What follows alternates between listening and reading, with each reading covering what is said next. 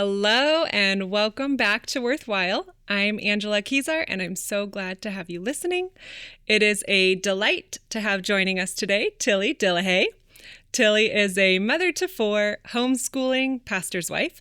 She's written extensively encouraging and very practical articles and books, including Seeing Green, Broken Bread, and one of my very favorites, My Dear Hemlock, as well as co-host of the Home Fires podcast, and most recently, her online course called Wife School, which is what we're here to talk about today. So welcome, Tilly. I'm so glad to have you. Thank you for taking the time to join me. Thanks so much for having me, Angela. Now, I've read and listened to so much of what you've published and spoken on, but for those who don't know you yet, would you tell us a little bit about yourself and your family and what brought you to making your Wife School course? Okay, yeah. So I do live in a really small town, and me and my husband have 4 children, so I'm homeschooling them with most of my time, I would say. And I started writing maybe 9 or 10 years ago. I wrote my first book. I was always a writer, but I think of myself as kind of primarily a writer. And then this past summer, I had My Dear Hemlock came out, I guess, a little over a year ago. And I had an interview this past summer with Alex Clark that it was a group of listeners, I think, that are a little bit different from my normal audience. And when I showed up for that interview, I thought it was going to be just a straightforward My Dear Hemlock interview. But the host of that show had also read a couple of my articles for Desiring God on the contentious wife. So that was something I had written on and off about over at Desiring God. And she, I think, had, someone had sent them to her, and she had had a bad breakup, I think, or just a breakup that was a little bit painful and was sort of applying the contentious wife ideas to her own life and wanted to talk more about them. So the whole interview ended up being about marriage, specifically about how wives can encourage their husbands rather than being little police officers for their husbands, basically. And just how, not only how scriptural that is, but how actually effective it is to make both husband and wife happier in a marriage. Just how much power a wife has to improve her marriage just by changing the way she speaks to her husband, mainly. So after that interview, I ended up getting a lot of messages and emails from just strangers asking a bunch of questions. And I had already been thinking a lot about this material, but I decided I would make it kind of the next project. And the first thing I did was create this online course, which is meant to be used in about 6 weeks. And I have probably over 600 people in the course now. But it is also, it is meant to sort of deliver the material in a different way than how I usually do, which is in a book, but also I think for me, it was meant to be sort of the first trial run where a bunch of people can try the material and sort of give me stories about how it's working for them. And then that can eventually go into a book in the long term, which is, my normal way of putting material out there into the world. So yeah, and so I'm in conversations with my husband and, just thinking about what the next step might look like. But in the meantime, the course is out there and it seems like people are connecting with it. So I definitely think so. And I think a book would be just such a good follow-up to it. Mm-hmm. Which I loved. I actually loved that once you explained that in the course, because, there's a lot of courses right now, but yours is, I think, way more than just a course. Like, you've got homework. It's broken down in such an organized way that it's so practical, and your pictures that you paint there, I thought were really insightful and helpful for just to sort of step out of your own way and see objectively, what are we doing in a marriage? Like, what is the wife's job? What is our role? How can we do that well? And I'm listening to your videos now, and I have been married also for about 14 years. Okay. And have learned a lot of these same things through sort of trial and error. And right. So God has been very kind in giving me really good resources along the way. And although I will say yours is probably one that will going forward probably be my number one recommend, because it is so usable. Like, the way you have it structured and the information in it is so applicable really easily. Good. I love Good. that. But even as somebody who, like I really love, I love my marriage. It's going really well. We've learned a lot of Right. things. I still felt so encouraged. It actually reminded me of, so I love to cook and I love to read cookbooks. Mm-hmm. And, but sometimes, you, even as somebody who does this every day, all day long, I'm cooking for people all the time and have learned a lot over my life of doing that. There's still times that like you get a new cookbook and you read it and it's like, oh, I know this, but this is new and it's Mm-hmm. refreshing. Yes. And, Yeah. maybe you've made 100 quiches, but then you read someone else's way of doing it or a new Yeah. ingredient or something. And you're like, Yes. this is so great. I can use this going forward. And it just makes your tools, you just have Yes. a bigger variety Well, this is of how we tools. learn, this is what I'm observing this in homeschooling all the time, that like you learn something like 3 or 4 different times and then you know it well. Or sometimes you already kind of know something, but it's really great to know why it works. Like why is it that a quiche does this thing or Yes. this thing, and kind of understanding a little better behind the scenes I think helps you to apply it in more places maybe. And with the marriage stuff, I feel like my frustration sometimes when I read marriage material or listen to marriage material is that there's so many great resources out there that give you a wonderful, like rich biblical foundation for this is what marriage is meant to be. It's Christ in the church. Like a wife is to submit to her husband, a husband's to love his wife. And you're like, yes, okay, I'm on board. I get this. But then you realize like everything that you've ever been taught or heard in all of your instincts have been trained by a feminist culture, by Mm-hmm. maybe a family of origin where the marriage was super unhealthy. So the way they even spoke to each other or the way that, or maybe your parents were great, but somehow you didn't intake that or it didn't make its way into your instincts. I do think a lot of our instincts and how we relate to the opposite gender and to people, a lot of that comes just from osmosis from the family that we grew up in. But, Yeah. so it's like, yes, I would love to be a respectful wife, but you actually don't even know what a voice would sound like if it was respectful, or you don't even know how a wife can graciously be an intelligent, productive, highly competent individual and also honor and respect and kind of wait on the lead of her husband. So those are the kinds of things that I thought that I knew really well when I got married. I thought I would be really good at these things. I just thought my instincts were better than they really were. And they just weren't. They weren't as great as I thought. And I could tell because I was getting sort of just an irritability sometimes from my Mm-hmm. husband that I had no idea where it was coming from. And obviously it's sin, and that's part of it. But I just know like I felt like I was getting it at the same times and for the same reasons that were mystifying to me. And I didn't understand how much I was contributing to it, Mm-hmm. until I started to learn some of these things. In one of the episodes, you talk about expecting more enjoyment and happiness in your Mm-hmm. marriage than what we're often expecting. And I think for a lot of people who haven't seen like a wonderful marriage, and even for people who have, like, once you're actually the person in the marriage, there is still just this learning curve. You're Mm-hmm. figuring out a particular person, Right. two particular people, yourself and your husband. Yeah, right. But so how do you raise your expectations for more joy and happiness and enjoyment? Yeah, I think I was trying to speak to that wife who's kind of settled into, I don't really like my husband. We have a lot of just low level irritability with each other.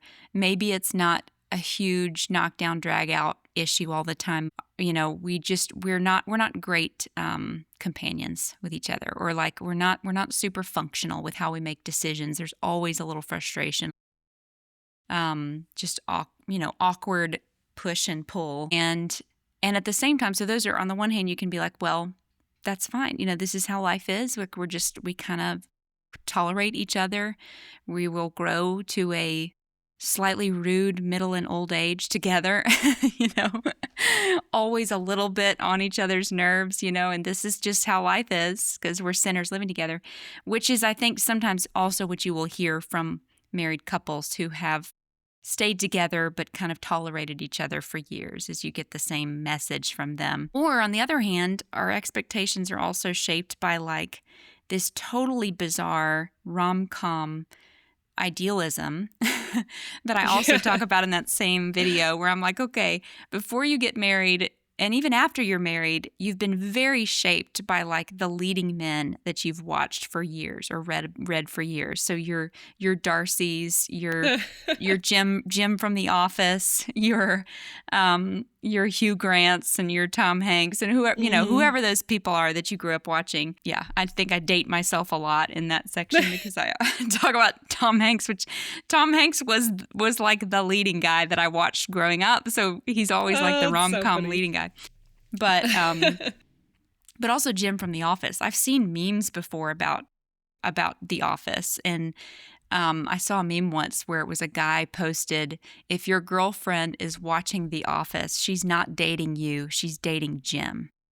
And I thought, sad. Ooh, ouch. Yeah, I was just like, that is such a painful thought, that a guy would know she's in love with this fictional character who doesn't exist. But the fact is, we have been told for our entire lives that love is going to look a certain way.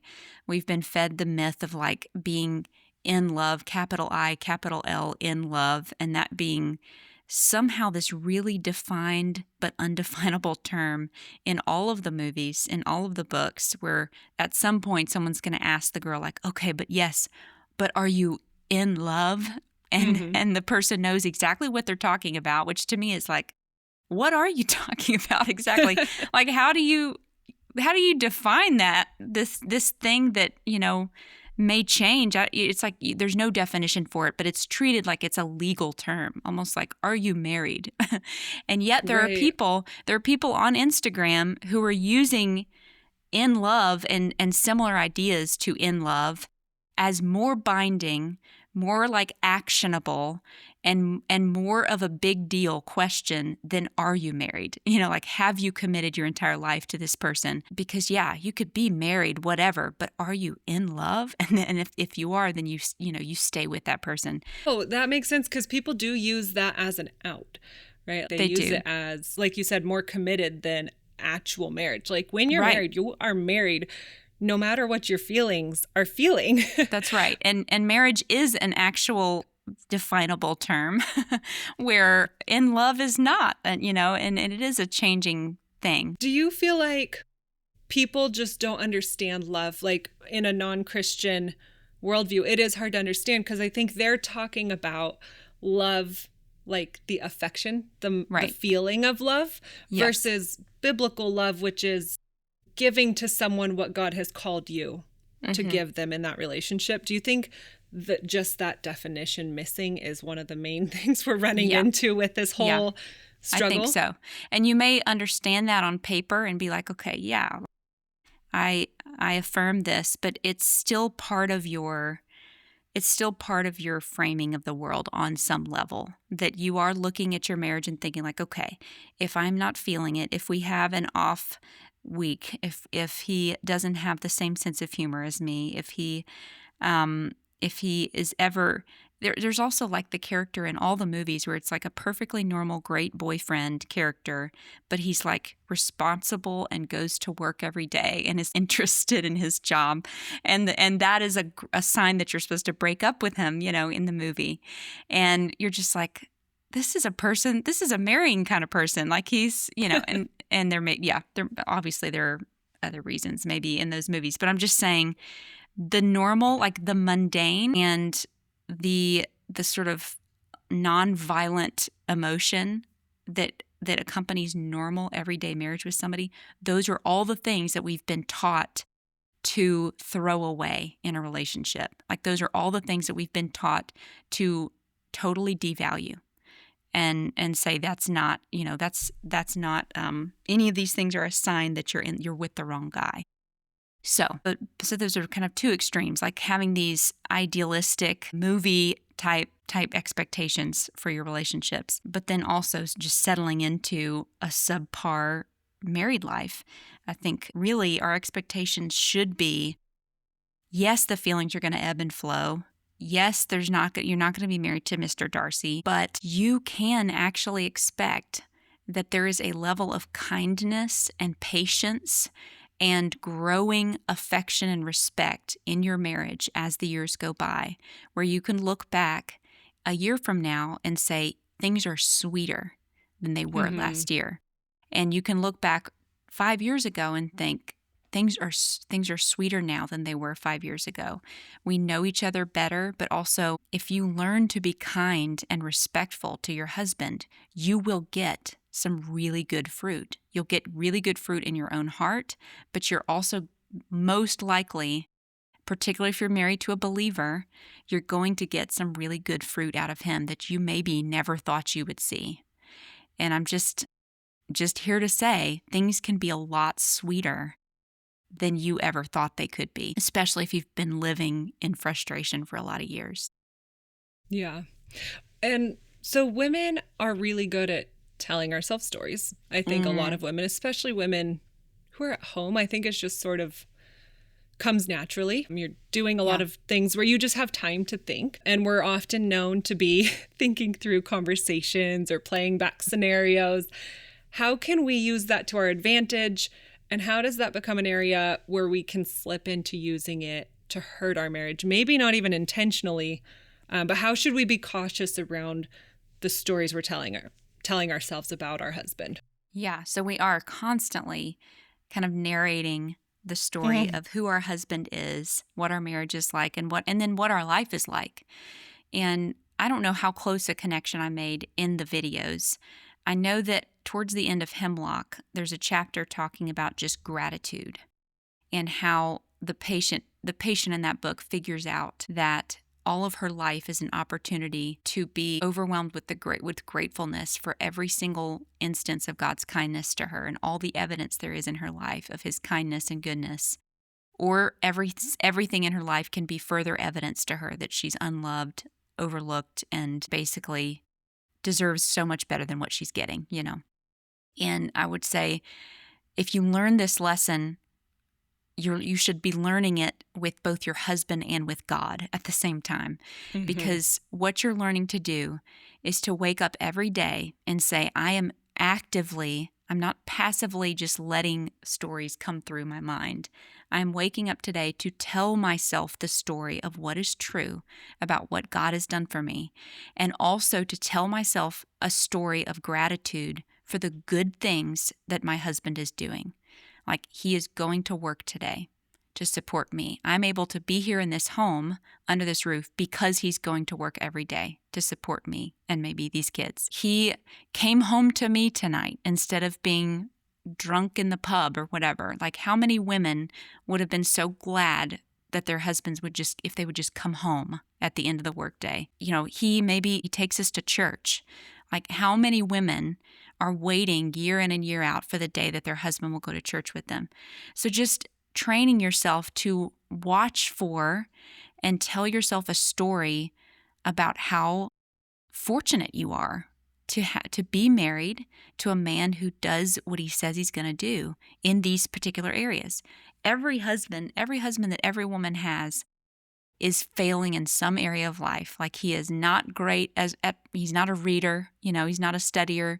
Maybe he's not a guy who likes to work out. You know, maybe he's not the best with numbers or organization or whatever. Like, every woman, if you ask her, she knows what her husband is not great at because she's been sitting there watching him for their entire married life. She knows what those things are, and she knew about them within a couple of years, probably a couple months. If not then soon after they had kids, that's when she found out about them.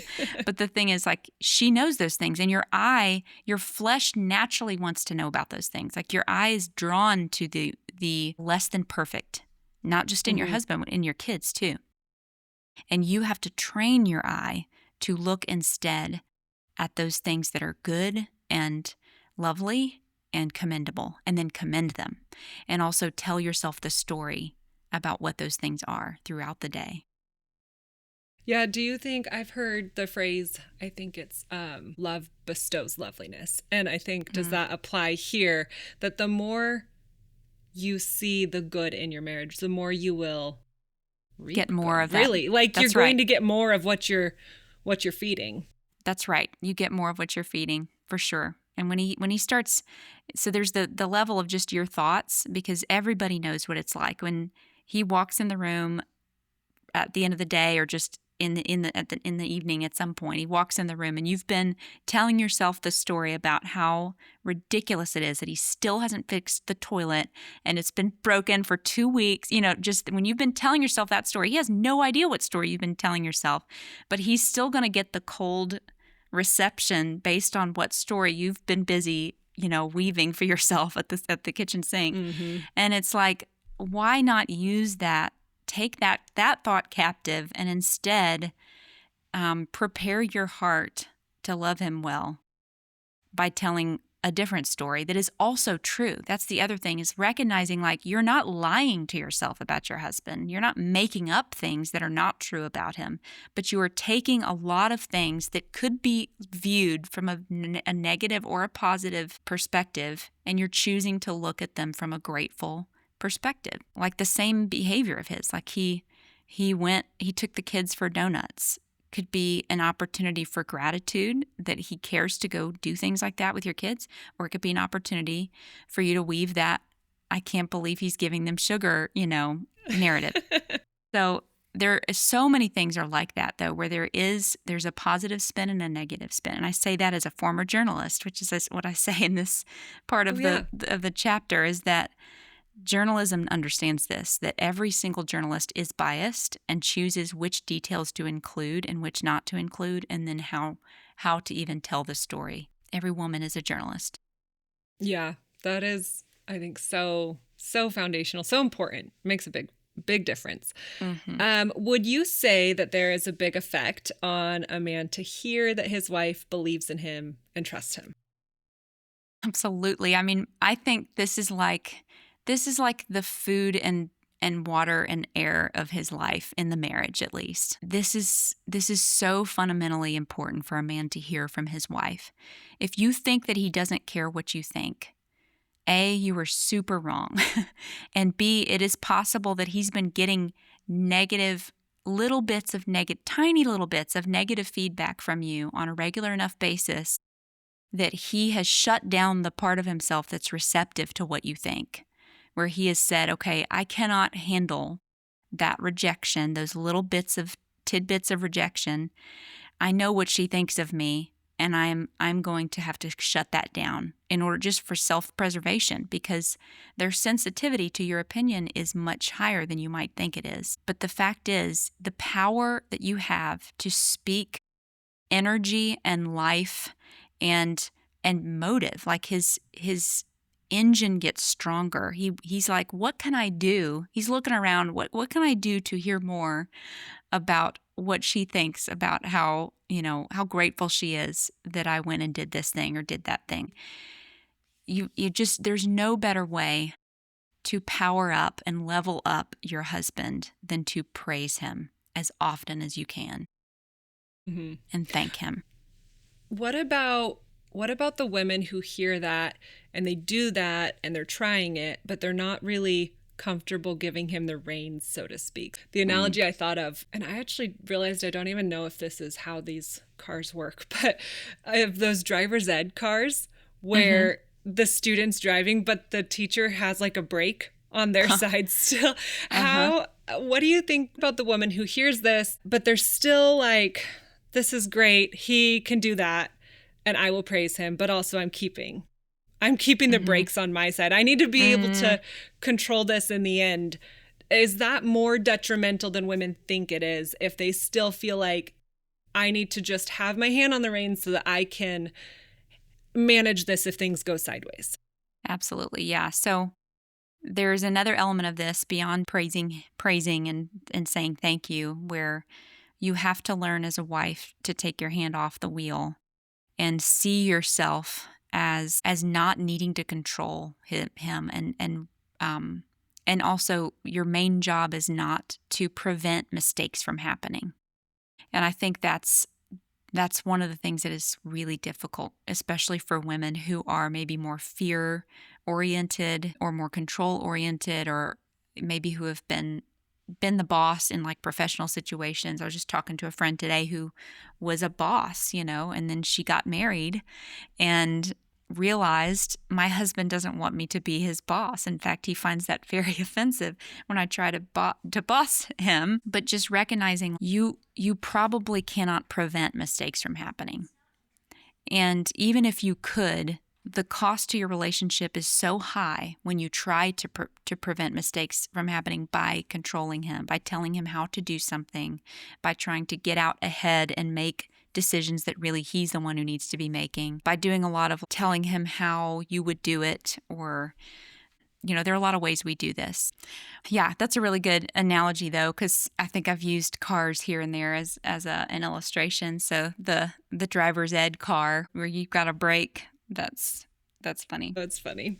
Okay, so I've heard someone use this phrase that women can think they're the Holy Spirit's little helper. Yes. Do you think that women can spin this in their head, this idea that they're helping or motivating or something to help their husband be more righteous or to look better to everyone while doing some serious damage? Is that being a faithful to the Lord kind of wife? Yeah, it's true that we are his helper. Like that part of it is totally true. We were given that role. So the question is just to ask, all right, what does that actually look like on the ground? What is the best way that I can help him? And the other problem is that we were also told, wives, submit to your husbands in everything as unto the Lord, which means we need to figure out what that means on the ground. What does that look like? And it could sound to a lot of women like those two verses are actually somehow negating each other, like that there's a conflict between them, because you're like, well, how can I help him if I don't tell him what he needs to do to improve himself, how he needs to get closer to the Lord, how he needs to lead the family better? Like, he's not doing these things. He ought to be doing these things, and so I've got to help him. And I think we're just majorly misunderstanding what it looks like to help a man in truth. I think you letting him know the areas that he's failing is a lot less helpful than you think it is. But there are a lot of ways I think that we can, in a very feminine way, invite him into the leadership position. And I think we do this more by going ahead and taking the following position in an active way, by doing things like, how would you like, or what book would you like me to use for spiritual formation for the kids, like in homeschool or whatever? What would you like me to do about X with this discipline situation with the kids? How do you want me to handle blah, blah, blah? Or even just asking for his help. Like, I'm having a problem with these two children. Could you intervene? I have a kind of a worksheet on this, just ways of I call this proactive submission, where we basically invite him into the leadership role, not by saying you really ought to lead, but by actually giving him specific opportunities to lead, by saying, what would you like to make decisions and that just by basically asking for his input, asking for his decision, asking for his help maybe, and then going without any pushback or friction, going with the thing that he suggests, or the thing, like any leadership that he does take, you go with it. You go with it, hard, because that's another signal to him of, oh, she's actually leadable. Like, when I suggest something, she's not going to counter suggest something. She's going to just say, great, and go with it, So Right. There are a lot of ways that we can show a sort of feminine invitation to leadership without constantly being like, we really need to do family devotions. You really need to be doing this. We really need to be doing this.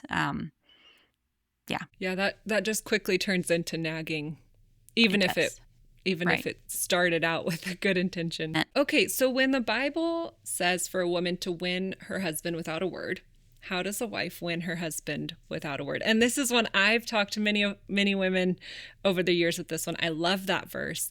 I think that it takes a placing your faith in the Lord. Yes. It moves your faith to actually the Lord is doing things here, and he cares about me. And he cares about me within this marriage. Yeah. What is something or is it something that we can trust the Lord when he commands it obey what he says, and then he brings the fruit. Is that essentially what you would say that verse is talking Absolutely. about? Yeah, I mean, I think that verse is so encouraging, not just to wives with not unbelieving husbands, but also to wives with believing husbands, because I think it's a great example as a wife with a believing husband to look at that and say, wow, if the Lord is asking that even of a wife whose husband doesn't believe. And also, it's so clear from the passage, like your hope isn't in the husband in this case. So even if you're married to a Christian man, your hope is not in your Christian man, just like it wouldn't be in your non-Christian husband. So the Lord is still saying, no, you're doing this as unto me, and you're doing it because it's lovely, because it adorns the gospel, and as a little side, note, it's also more effective in actually winning your husband's heart. But aside even from that, like, do it because it's a lovely way to adorn the gospel. And that's the way that passage presents it. It's like, this is your adornment, is a meek and a quiet spirit that's lovely. So how much more as the wife of a Christian husband who does have some clue of what's important and what's good, can we trust the Lord and wait for the fruit? And you don't know what that fruit's going to look like. The fruit could be your husband is always an unbeliever, and your children see that lovely fruit in your life and are won to the gospel because of watching you. You never know what the fruit will be. Yeah, but it's always better and sweeter than That's right. we hoped for. Okay, so I want to move sort of to some practices that can strengthen or damage a marriage, because a lot of these things seem like they're very closely, like there's a pivot point. So we can either do this or we can do this. We can strengthen or we can damage. So how are wives fueling trouble in their marriage? What would you say, just in your experience and with the women doing the course and through conversations, what seems to be the biggest mistake that women find that they're making? Yeah. I think the biggest thing is just the very, very simple, which is what I've kind of condensed it to on a lot of the social media that I've been trying to do, is just the fuel tank check engine light. That very simple change, I think, is the most powerful. And I won't say it's easy exactly, because depending on the habits, like, it may not be easy exactly, but it's simple, even if it's not easy. And that's just the flipping your understanding to say, okay, I'm not the check engine light in this relationship. That's not my primary role, is to be checking for what's wrong and making sure that he knows about what is going wrong in him or in the marriage.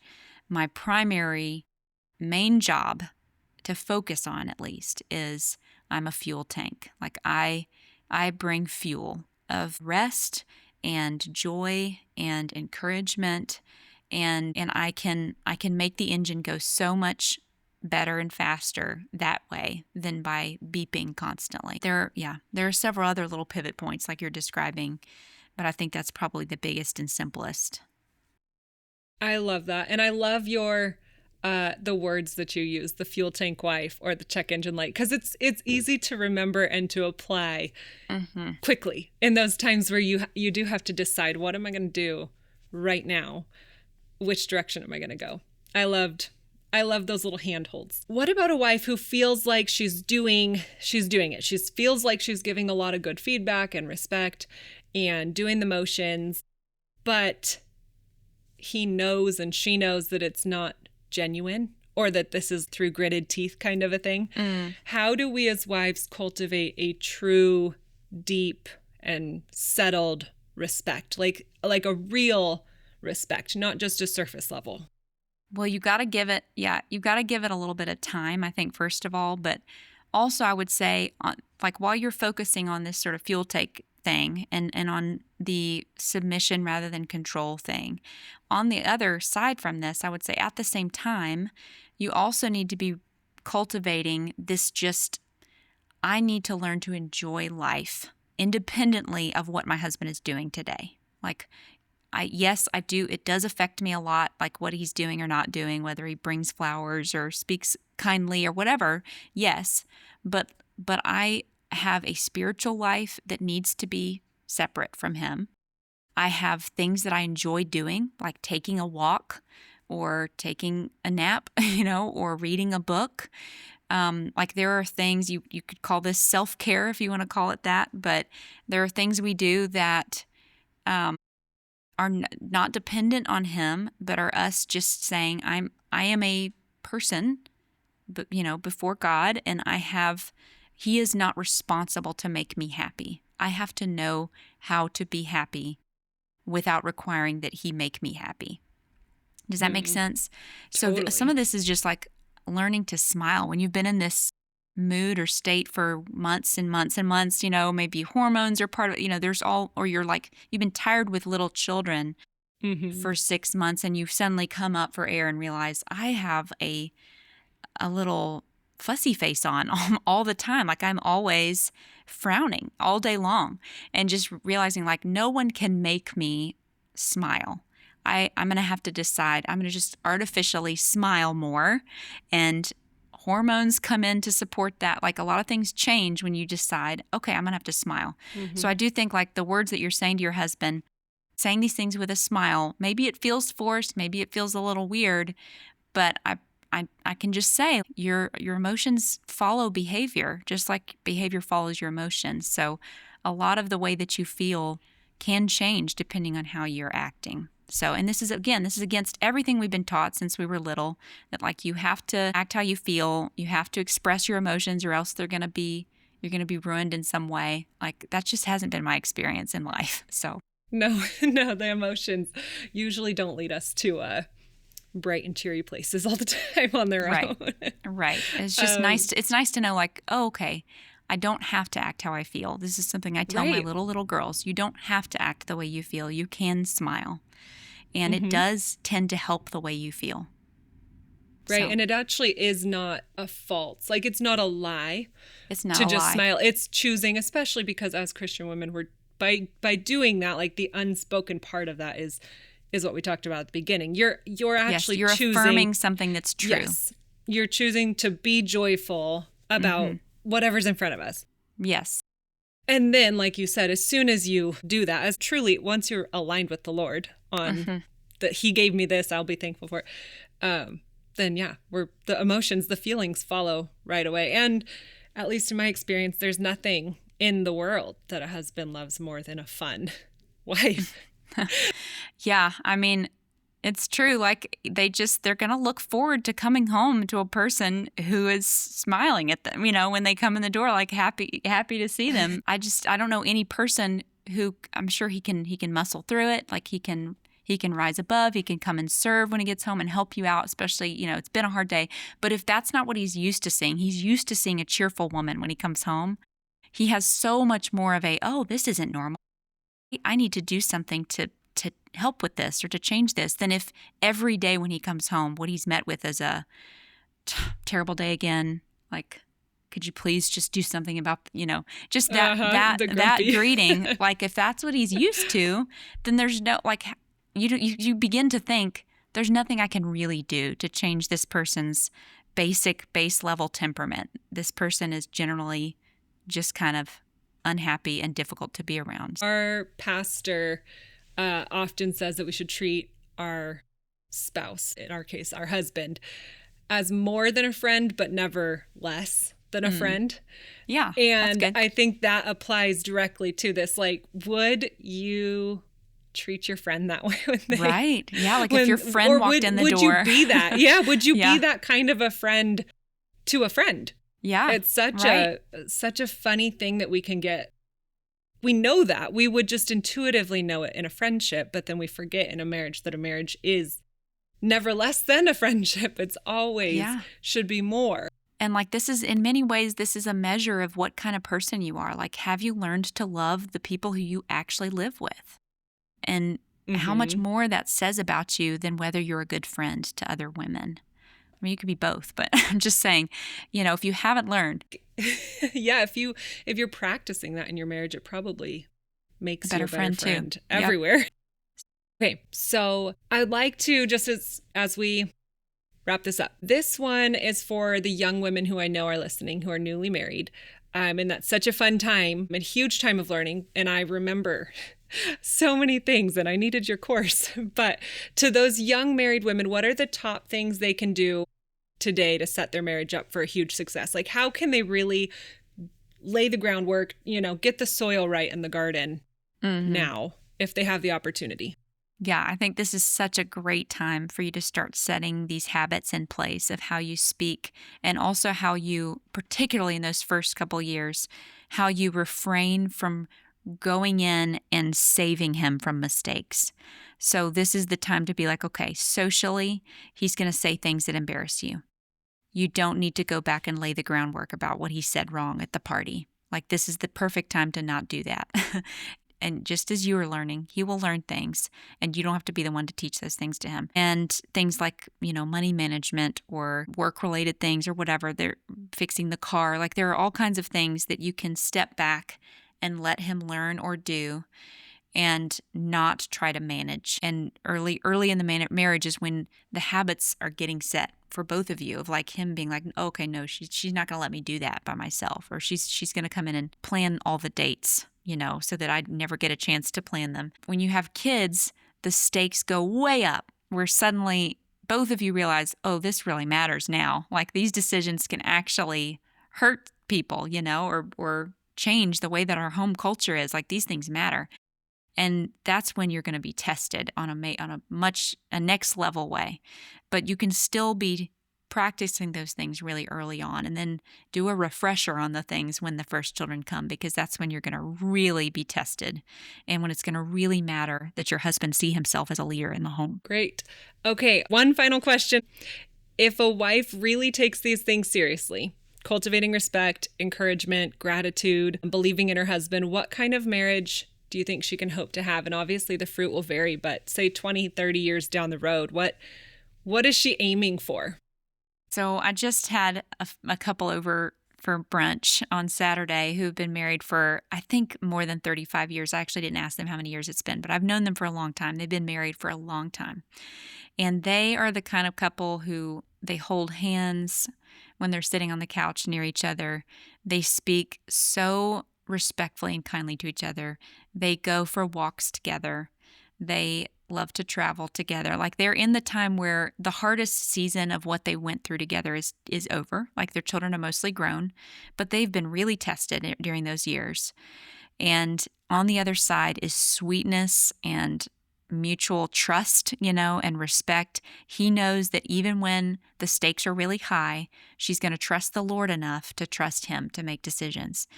She knows that he is motivated to protect her, to provide the money for the household, like to be there. Like, the fruit and the fruit in their children's lives, now their grandchildren's lives. Like, this is a multi-generational thing that you're building when you learn to speak respectfully to your husband.